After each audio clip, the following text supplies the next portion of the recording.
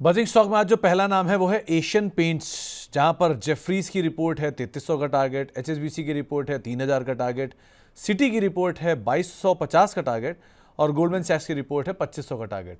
ये रचित सर दो हिस्सों में बटे हुए हैं, लोग हैं कंफ्यूज, करा क्या जाए?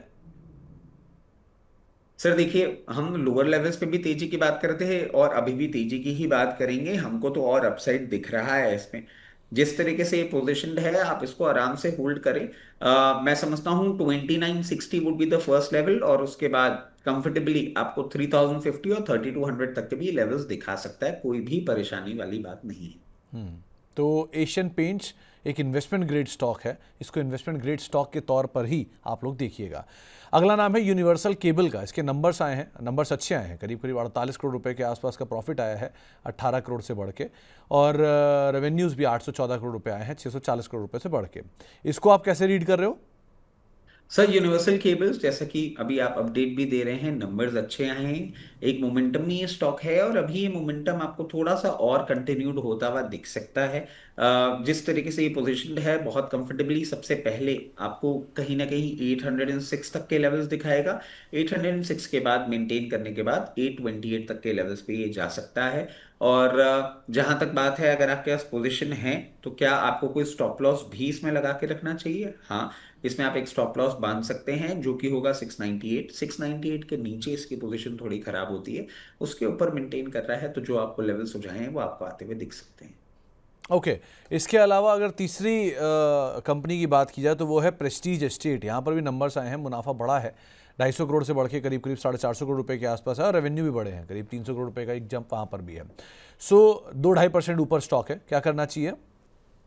सर देखिए, real estate as a space, जैसे कि हम पहले भी बात कर चुके हैं कि बहुत ज्यादा ना एरिया स्पेसिफिक हो गया है। जिस एरिया में ग्रोथ हो रही है वो सारी चीजें होती हुई दिखती हैं।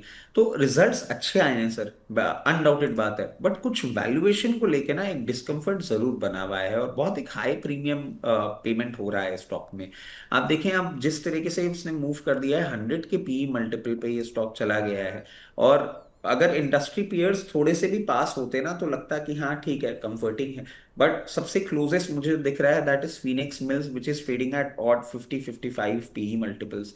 तो यहीं पे एक इशू है। बट हाँ, ये मोमेंटम अभी आपको जो है, ये लिक्विडिटी और इसमें इंप्रूव होती है तो आपको अभी और कंटिन्यू होता हुआ दिख सकता है और 1824 के लेवल्स तक जाता हुआ दिख सकता है। But as we have been talking about valuations, तो एक स्टॉप लॉस भी मैं आपको सुझा देता हूँ।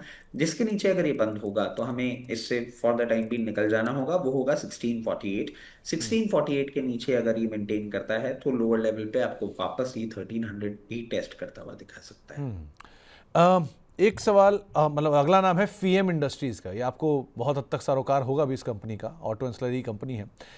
मुनाफा बढ़िया आया है, रेवेन्यूज़ भी अच्छे आए हैं, शेयर ऑल टाइम हाई के करीब ही खड़ा हुआ है, क्या किया जाए?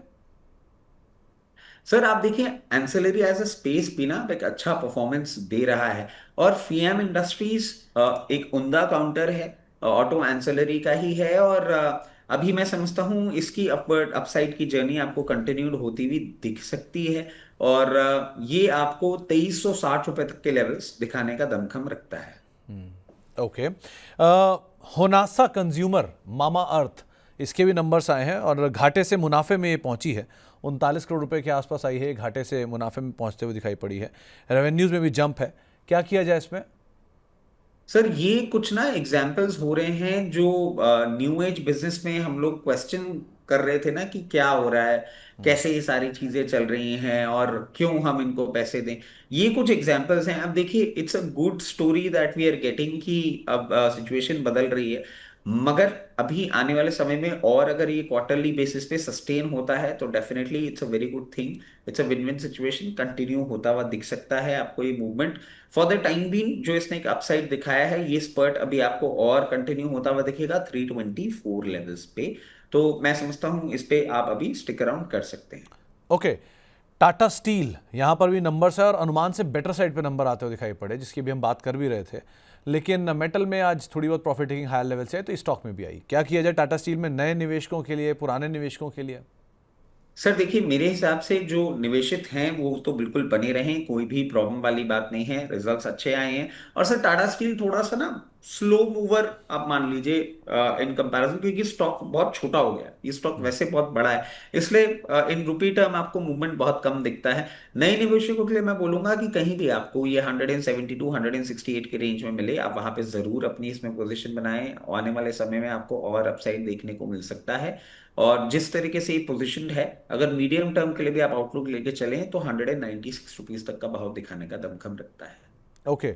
और लास्टली एथर एनर्जी, इसमें एक ब्लॉक डील हुई है आज। NIIF 2 जो है वो करीब करीब 88 लाख शेयर बेच रहा है, जो कि 2.5% के आसपास का हिस्सा है। शेयर फ्लैट है, 2% 1% ऊपर है, कि बड़े नाम आए हैं इसमें खरीदारी के लिए। क्या राय रखते हो आप? सर एथर एनर्जी इस स्पेस का पूरा मैं समझता हूँ इसको आप ज्यादा स्ट्रॉन्ग कंटेंडर, ज्यादा स्ट्रॉन्ग प्लेयर मान सकते हैं। It is giving head on competition to other players. मैं समझता हूँ ये ब्लॉक डील से कोई ऐसी प्रॉब्लम वाली बात नहीं, because the new companies they have entered, और new buyers have entered which are strong name. और अभी आप इसमें अपनी बिल्कुल पोजीशन बना के रखें, कोई डाइवर्जन नहीं दिख रहा है अपसाइड में, अभी अपसाइड ही कंटिन्यूड होता हुआ दिखेगा। एक स्टॉप लॉस मैं जरूर सुझा देता हूं, क्योंकि लोअर लेवल से जिस तरीके से मूव किया है, 588 का क्लोजिंग बेसिस स्टॉप लॉस होगा, उसके ऊपर ही आराम से अभी आपको मेंटेन करता हुआ ही दिखेगा। सबसे पहला लेवल जो आपको ये दिखा सकता है 698, और 698 के ऊपर 750 765 तक का मूवमेंट आपको कंफर्टेबली करता हुआ दिखा देगा।